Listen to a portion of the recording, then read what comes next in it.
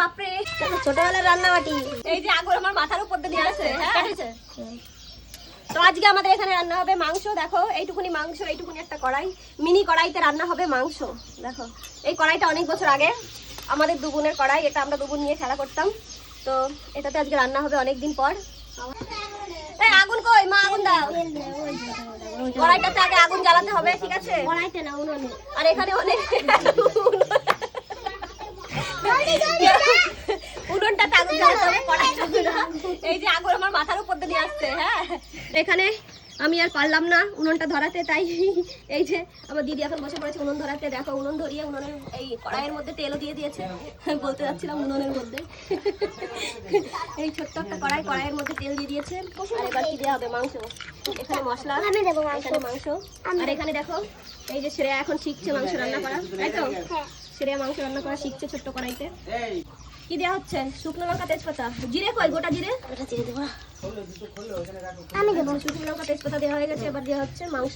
আস্তে করে দেবে, দেখিস আমাকে আবার পুড়িয়ে দিস না। মাংস দিতে গিয়ে এ বাবা ফাটছে কেন? পটপট করে দেখো তেল কিভাবে ছিটছে। তো গাইস তোমাদের দেখে কার কার খেতে ইচ্ছা করছে চলে আসো। এখন মাংসটা কষানো হচ্ছে, তাই তো? কষা মাংস হচ্ছে। দেখো ও দেখতে কিন্তু সেই লাগছে না? এই দেখো রান্না করতে করতে আগুনটা উপরের দিকে চলে এসছে, ঠিক আছে? যার ভয় কিন্তু তাড়াতাড়িও কড়াইতে জল দিয়ে দিয়েছে, মানে জল দিয়ে দিয়েছে মাংসের মধ্যে। দেখো ঝোল জল একই হলো, একই ব্যাপার। আর গাইস তোমরা কেউ আমাদের ভাষাটা শুনে হাসবেন না, ঠিক আছে? আমরা হচ্ছে খাঁটি গ্রাম বাংলার লোক, যার জন্য আমাদের ভাষাটাও এরকম। আগুনটাই নিভে গেল ভাষা শুনে। দেখো কত সুন্দর জাল হচ্ছে নিচে। দেখো মনে হচ্ছে আমাদের মাংসটা প্রায় প্রায় হয়ে এসেছে।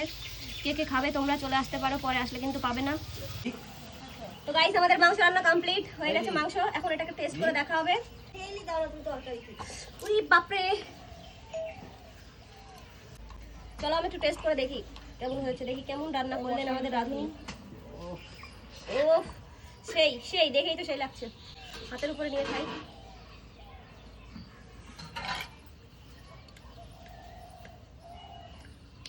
সবই ঠিক আছে, কিন্তু কম বেশি লাগছে। চলো এটা রান্না হয়ে গেছে, টেস্টটাও মোটামুটি ভালোই হয়েছে, শুধু একটু লবণের কমই আছে, পরে লবণটা দিয়ে খাওয়া হবে। তো চলো এবার মাংসটা ঢেলে নেওয়া যাক। দেখো ছোট্ট একটু কড়াই,